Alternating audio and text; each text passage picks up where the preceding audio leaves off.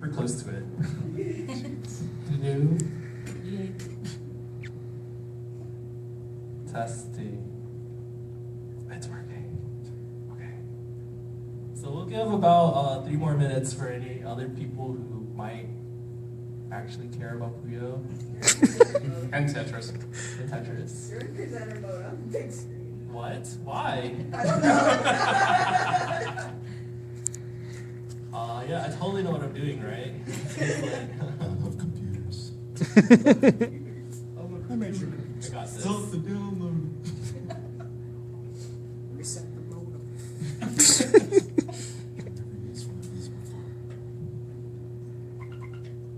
Real quick, everyone that's in here has a business card with a number on it, right? Yes. Yep. Cool. Okay.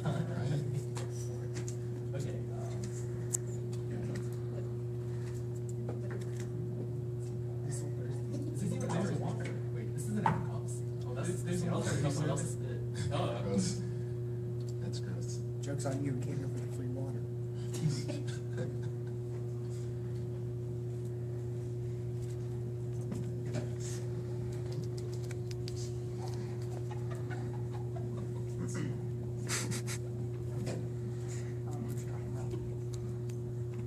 Yeah, Puyo. All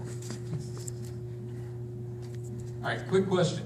What's Who's up? here for Puyo? Let's see some hands. Puyo, Puyo. All right, Puyo Puyo. let's see some Tetris. Can I do both? Sure. No, one for you guys to share. Oh, thanks.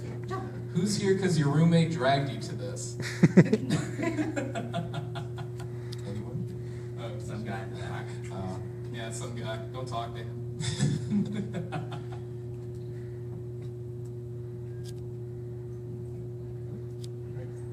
Okay, let's start. Okay. So guys, welcome to the Story of Puyo Puyo panel. Yeah, Yay! yeah. Woo! Oh yeah! God, Okay. Exciting. So, 2017. So, Puyo Puyo's been out in Japan for like 26 years now. Like, we all know about Puyo Puyo Tetris, right? It came out last month for the PS4 and Nintendo Switch. Like, it's actually in English now. Like, you can read what's going on. Wow, right? Cool. And it has an English dub that people randomly hate, but like, I think it's cool. Who thinks the English dub is cool? I do. Wow, we're best friends now. Congratulations. So, Except for Popoi. hey, he's alright. Popoy is Ryu, man. Really? Yes. That's crazy. I'll remember. Anyway, so, like, I know that a lot of people in America, like, they see Puyo Puyo Tetris, and, like, I started looking on Twitter, and people were like, why are these characters acting like there were Puyo games before this? Well, newsflash, there was! So we're gonna talk about those games. So first, we'll introduce ourselves. So, here in the middle, me, my name is Stupid, but if that's too awkward for you, you can call me S2 or Stool Softener. I also go by those names. I'm the leader of the English Puyo community over at Puyo Nexus. I'm a pretty good player. I stream the tournaments, like our net play tournaments, and I try to help teach people, but I think I usually screw up. Yeah, okay. Hey, I'm Oz. I think I'm good at Puyo. I've been playing for almost a year now, and I draw stuff, I guess. Oh, okay. Just so you know, false modesty is part of being in the Puyo community, just so you know. Alright, Seth? What's going on, guys? I'm Seb. You may know me as Phantasma Plumes, or as people call me on the Discord for some reason, Daddy Fanny. I don't call you that. Thank you, I appreciate that. But I am just one of the many guys that help work Puyo Nexus, and it's a pleasure to be here for you. Alright, so, well, okay, so here's how this panel is going to go. I think we're just going to talk a little bit about the story, you know, like the lore of Puyo Puyo, the 25 years of it in like 10 minutes. Yeah, we'll try to do that. Then we'll talk about, like, how the Puyo community started, like the English Puyo community. And then at the end, we're going to do an exhibition match on the PS4 with giveaways.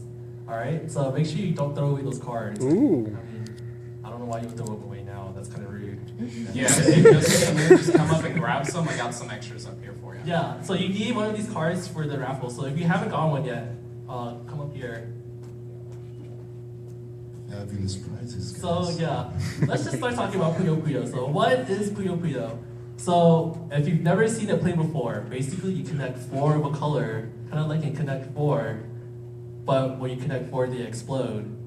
And then when they explode, you send garbage to your opponent, just like in the amazing animated GIF I made, right? And then if you send a large enough chain, the other person will fill up their whole screen, and it gets really frantic. Yeah.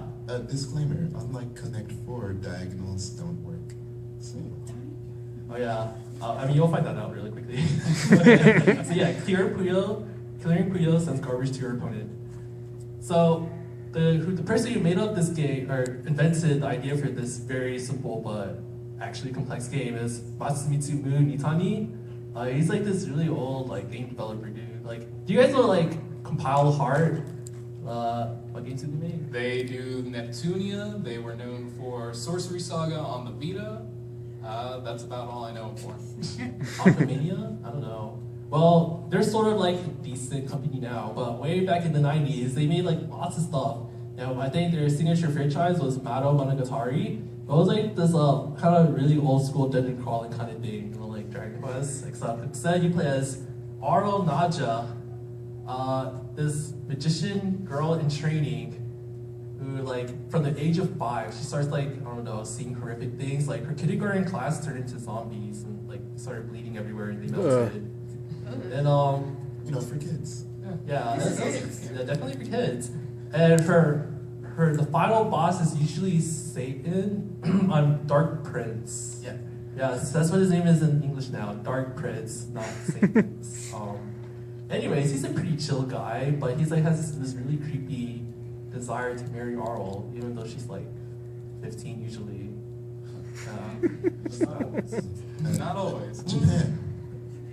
Anyways, so yeah, I mean, like, when he's not being creepy, like, he's a pretty chill dude in a Hawaiian outfit. Yeah. So yeah, I think one of the most memorable things about the whole Puyo games is Arl. She's just like, dude, she is BAFF. Like, look, she's shooting lasers and like talking crap to people like all the time. Look at this cat that's burning. Yeah, do you know how old she is in that game? 5 years old. Were you that awesome when you were 5? No. So yeah, these screenshots are from a video game called Mado Monogatari Big Kindergarten Kids. There's actually an English patch online if you want to play it. So yeah, this is like what came before Puyo. So I think, you know, like after like Tetris and Dr. Mario came out, Compile, they wanted to get into the puzzle gaming scene too. So they took the Puyos from Mado Monogatari and put them into like puzzle game. And they first released it for the MSX, and you know, it used the match 4 mechanics that we talked about earlier. But then it really became a smash hit when they released it in arcades with like competitive mode.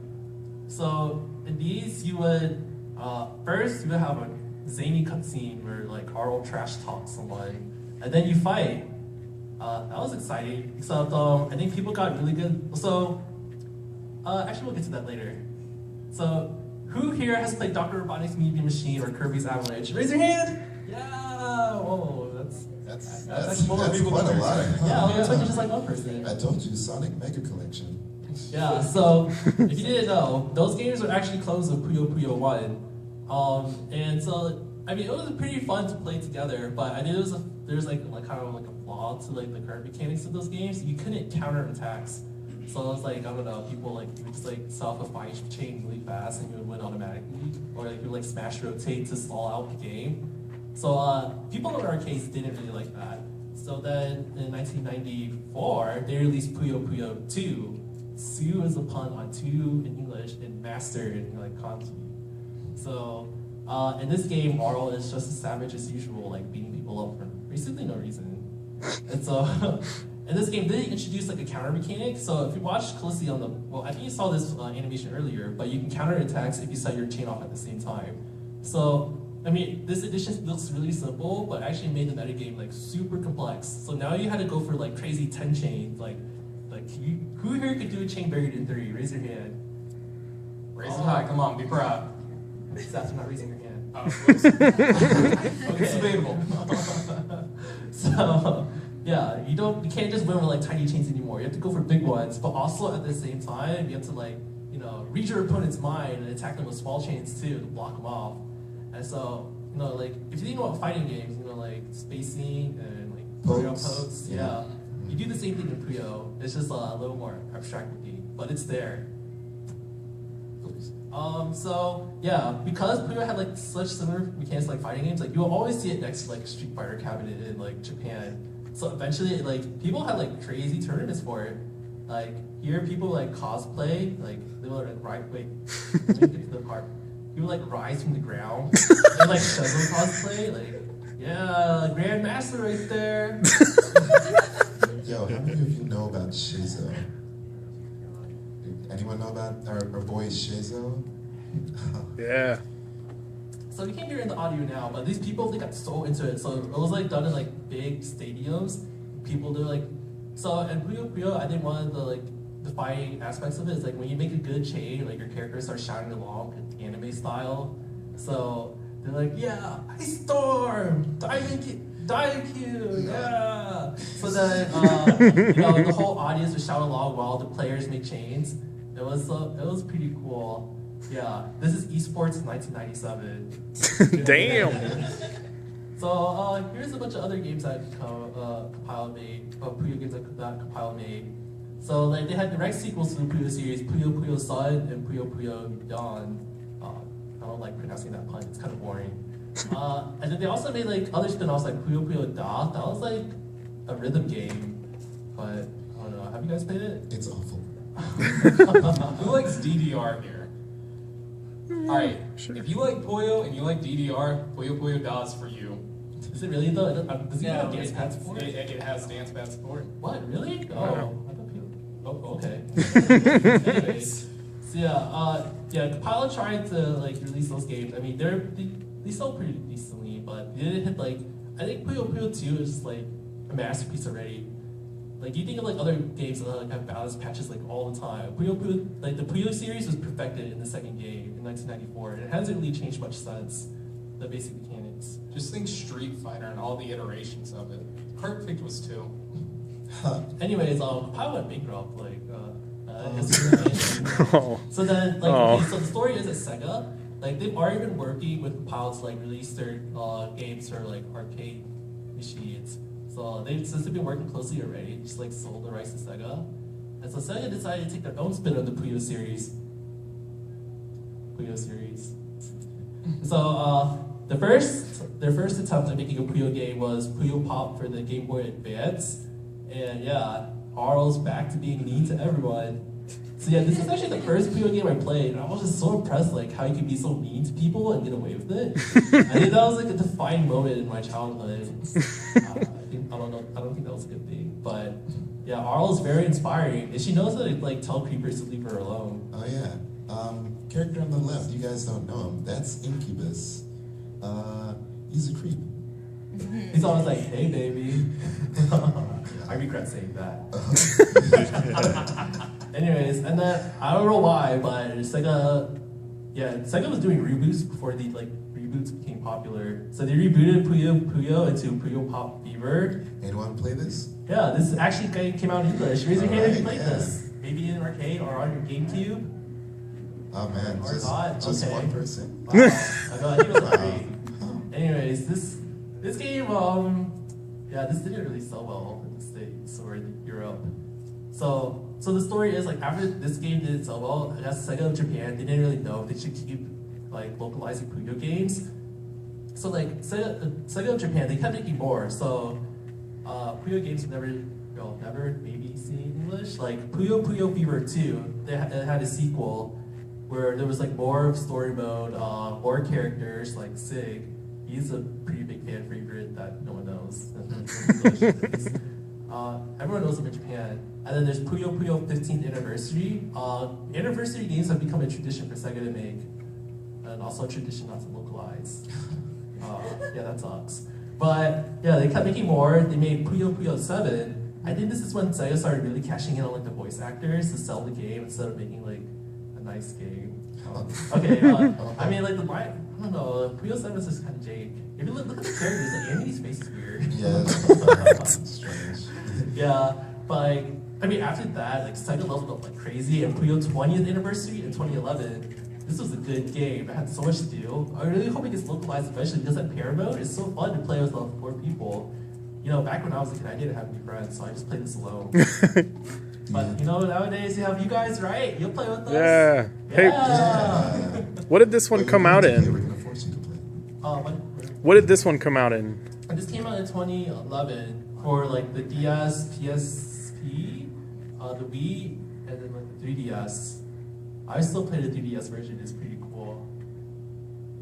And then, every series has to have a mobage held, right? Mobile games. So Sega made a mobile game called Puyo Puyo Quest. This game is like actually one of the best-selling games in Japan, right? It's like up next to Fantasy Star for like how much like money they make every month. I think it makes like $5 million, probably more now. But yeah, like I think the selling point of Puyo Quest is like, you know, all new art for your favorite characters. So I think a meme in the Puyo community used to be salty about like how everyone loves Arl. She has like so many different costumes.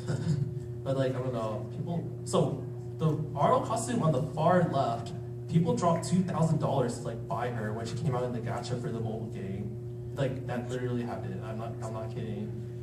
People went bankrupt, so they had to install get new like actual laws in Japan to like stop people from like spending too much on mobile games. Yeah. This game actually came out last year in December. Puyo Puyo Chronicle. It's a RPG style Puyo game with like 2 new characters, and everyone else is like in a 3D model. So it's a cool new art style that I thought it was actually like. So when you see like the battle animations, it's actually really good. So, like I think the Japanese user base is a lot bigger for this game too. So I really hope it gets localized eventually, or if it comes out for the Switch, that would be awesome, right? And then, you guys know, you guys have seen these games, right? Hatsune Miku for the 3DS and Sonic Runners, the mobile game. So yeah, Puyo was actually in English a while ago before Puyo Tetris came out. There was the Puyo Puyo minigame for Project Mirai DX on the 3DS. You can unlock an Arl costume too, and she would actually shout Arl's like spells. Too bad that the game didn't have online mode. Yeah, I had no friends, so I think I said that already. And then it came out in Sonic Runners. Surprisingly, they localized Satan as Satan, and Robotnik wants help from Satan to take over the world. Well, it makes sense, right? Yeah, seriously. Robotnik's a pretty guy. Maybe this is why Sonic Runners got shut down. They got, can't let the kids like ask for help from Satan, right? Anyway, so yeah, that's enough. I think we covered most of like, you know, just an overview of the game. So now we're gonna talk about how the English Puyo communities got started. So I guess the English Puyo communities has been around since like, you know, the start of like Puyo Puyo Fever. But like I think finally like around 2007 is when people started getting together to make a serious website. So that website was called Puyo Nexus. And so like at Puyo Nexus, like since you know Sega didn't translate a lot of games. So the folks at Puyo Nexus, they got a bunch of programmers and like Japanese speakers to come together, and they did translation patches for a lot of the compiled games and like the spin-off games and a lot of like the main Puyo games like 15th Anniversary and Puyo Puyo 7. And there's definitely work in progress translations for like 20th Anniversary. So if you guys want to learn more about the Puyo series, there's like a lot you can find on Puyo Nexus, like at the wiki and like the translation patches. So yeah, check it out. So like that's what our main job at Puyo Nexus was for a while, but then like I guess it started like in 2011. We started doing like Puyo tournaments online, like on a PC fan game called Puyo Versus. So like I started helping run those. So it's like I don't know. When I was a kid, like I started playing Puyo when like when I was in middle school. Like after I saw like cameos in other games, Sega games like Fantasy Star Online. So I got introduced to it that way. So I started I started training every day because I was obsessed and I lost control over my life. And then eventually I decided to like help run like the net play tournaments on Puyo Nexus for a while. So actually that's sort of my story. So how about you, Oz? Well, I probably like a lot of you guys here, I learned about Puyo through Mean Bean Machine, but I wasn't good at it at all. So I just let my brother like do the arcade mode, and I just watch. But it was only until like a couple of months ago where I kind of actually discovered that like, hey, Puyo's kind of a thing. Like, I don't know, something told me like, there has to be a way that like these people are setting it up. It's like there must be a pattern. So I decided to learn it because like actually I got Puyo 2 and like played 4 players with my friends, and it was so fun. And like Arl's last spell, Bio-N, it's like, oh man, I love this. I gotta like get it every time. So I practice the game like every time so I can like kill my friends and then like, play with me more. Yeah, I think once you start getting into competitive Puyo, you like start losing lots of close friends. I mean, yeah, that's why I'm lonely every day. Okay. So I actually got introduced to it like the rest of you. I was Kirby's Avalanche. Me and my older brother used to play it, and I actually was looking up YouTube videos for like the songs, and I saw this like Puyo Puyo versus 2 matches. I'm like, what? So click on that, watching these videos. I'm like, oh snap, this is a game I can download. I'm playing the game online. Oh snap, there's someone named S2. Oh no, he killed me. Oh, you ran into Oh this. no, Yeah. he killed me again. Oh. Yeah, so like my favorite pastime is just like making alt like Smurf accounts and just like beating people up. Oh, I mean, like people were too scared of me, like normally, so that's what I had to do, because I was lonely. that's Like Desperation. we love, like me and a couple close friends lovingly called him Cthulhu because we didn't know who he was, and we're just like, oh god, Cthulhu just entered the room, guys, bail. Oh, so yeah, tell them how we met up at MomoCon last year. So God, now you're gonna make me remember this. I was tweeting out that, oh hey, I'm at MomoCon, and we had followed each other on Twitter. He's like, oh, you're at MomoCon? Let's play Puyo. I'm like, okay, stranger, sure. Go over there. Oh yeah, by the way, I'm S2. Oh, I'm sorry, I'm starting to have flashbacks. Yeah, so like, actually, so here's the story. So, like, we've been running like tournaments on Puyo Nexus for a while now, but like it wasn't until like last year, like after. Okay, so there's actually another game that was like half localized. It was called Sega 3D Classics Collection. It had Puyo Puyo 2 in it, like all the Japanese, but at least it came to English stores. So like at that time, I thought like, hey, maybe this is our chance to finally start pushing for like a real Puyo localization. So I started promoting on Twitter and Twitch a lot more with like streams and stuff. So that's why I went to MomoCon last year, and like kind of want to say bad things. So like they wouldn't really let me play my copy of Puyo Tetris in the free play area, so I kind of stuck it in anyways and just invited people to play. So then I dragged Seth over, and then I beat him up a little. I mean, we played together for a while. Let's put it like this, I still have nightmares. But yeah, we became good friends after that. Because I like honestly, I had no idea there was like so many Puyo fans in Georgia. I thought like it was just like just me and like no one else.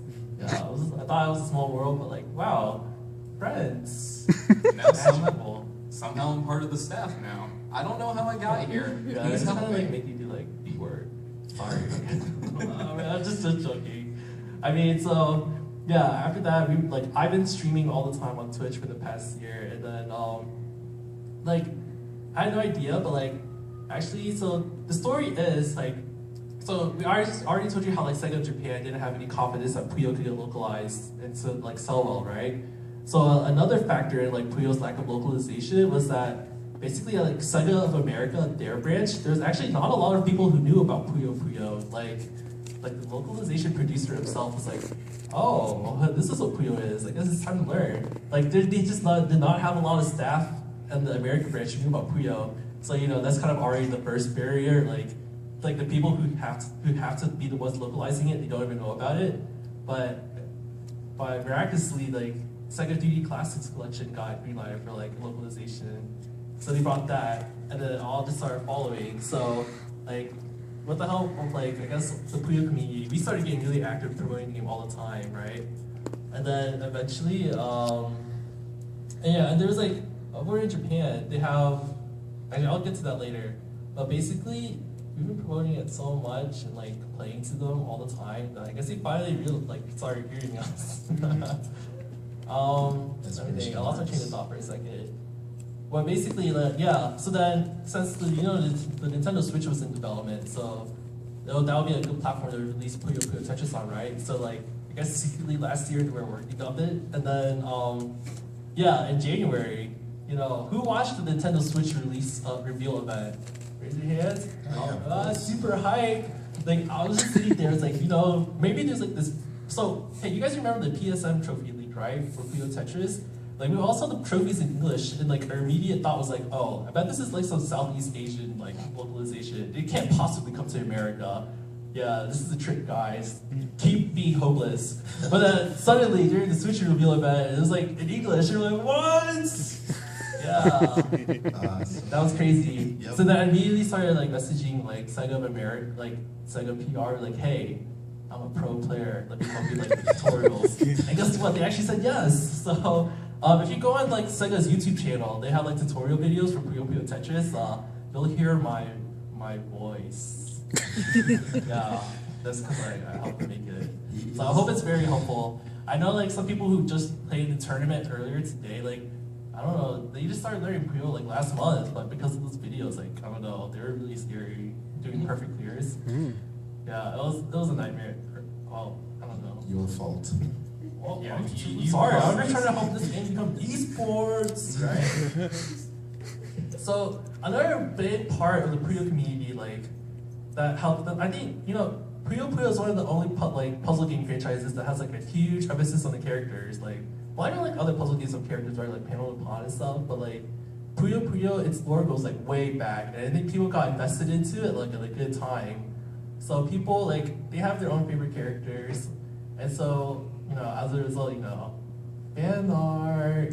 Yeah. So there's like we have a good like base of Puyo fan artists that I like to show off here during this panel, because I think fan art is like what has really kept people going, right? Because I think a lot of people get inspired by the the new Sega Puyo games, right? It has this unique like 2D art style. I feel like a lot of people got inspired by the way those characters are drawn, and they wanted to get into art. I've heard that story a lot of times. So yeah, people get into fan art because of Puyo. So I'll just try to show off a couple fan artists I know on Twitter. So this fan artist is called True Puyo, but the Twitter handle is Strange Clue. So I hope you like theirs. So the character on the left is Amity, and the two characters on the right are Ali and Raffi Soul. Spoilers. Spoilers. She's the final boss. She like appears at the end for like 10 minutes. Like, I'm gonna like destroy you all. But everyone's like, no, power of love. And then she gets defeated. Isn't that a great story, guys? Yes. Yeah, very compelling and heart-wrenching. No, I did not just reduce that. Like, We aren't kidding at all. this is a Boardman DA. He's a chill guy from Mexico. Then here's Secret Sands. Actually, if you go to the conventions in Florida, you might meet her. You know, get some of her art. She's very talented. She's still like a teenager, right? So yeah, a lot of people are starting young, like as Puyo fan artists. That's really inspiring. People are so talented from a young age now. I'm like, wow, I'm 22, and it's like I'm so old. You missed the curve. I'm not. Koi. Koi. Yeah, this is Koi. Koi. There's their Twitter handle. They're also Puyo fan artists that I follow on Twitter. You Yeah, do a lot of friends. shipping art, so Yeah, who likes Shezo and Arl? No. Actually, hey, did you pan on this like this early? Maybe next MomoCon.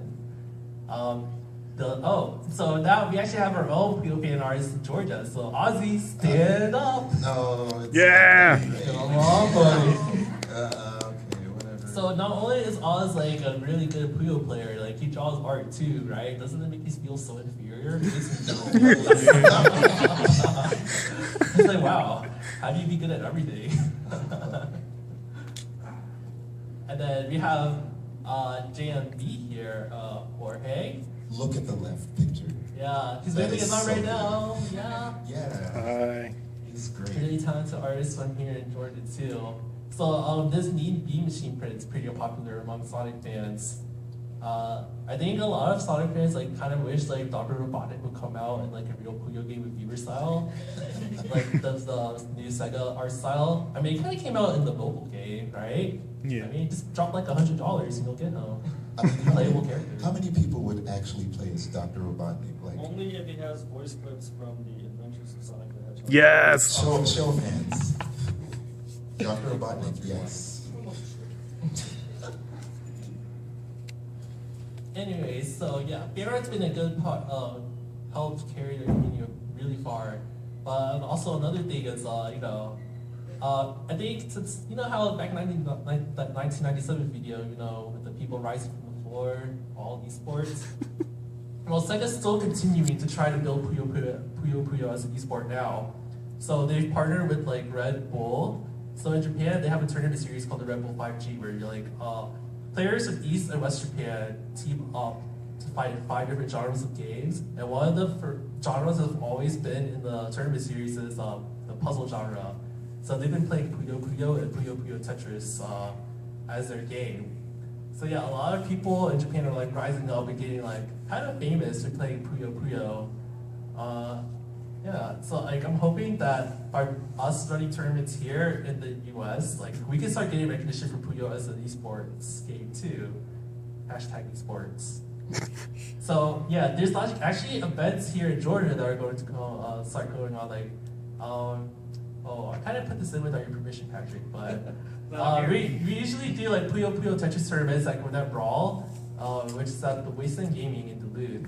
It's like monthly, so like if you follow us, like we'll update you on when these happen. And if you look, who here is local to Georgia, Atlanta? Raise your hand. Oh, cool. Most of Right, everyone. most of you Yeah. guys. Wow, Nice. yeah, we can become really fast friends, and anyways, yeah, if you have time, you should come out to Gwinnett Brawl and play with the rest of us. We're having like decent turnouts, but it'll be really great if you can have like a huge family all fighting and hating each other.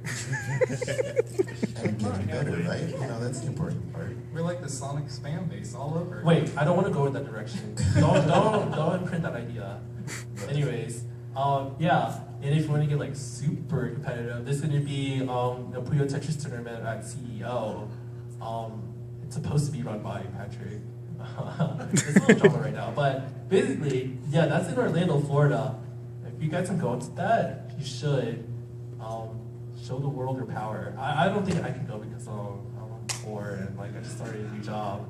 But I'll be rooting for you guys if you like tweet me a picture of you defeating someone. No mercy. Yeah, don't show any mercy. And just make sure they don't see you take that picture and don't put hashtag I win. Yeah, what? Don't talk too much smack. Okay, like I said, fake humility is an important part of being a Puyo fan. Actually, that sounded really bad. Don't do it. That should be really bad. We just said it. Can we just rewind like 10 seconds? Anyways, okay, yeah, let's wrap this up. Anyways, there's gonna be a Puyo Tetris tournament at Evo. Wow, space. big money there. Except Getting dangerously low anime now. Evo's a side tournament series. Well, if you want to play in that one, if you're like ever planning to go to Las Vegas between the dates of July 16th to 18th, you should play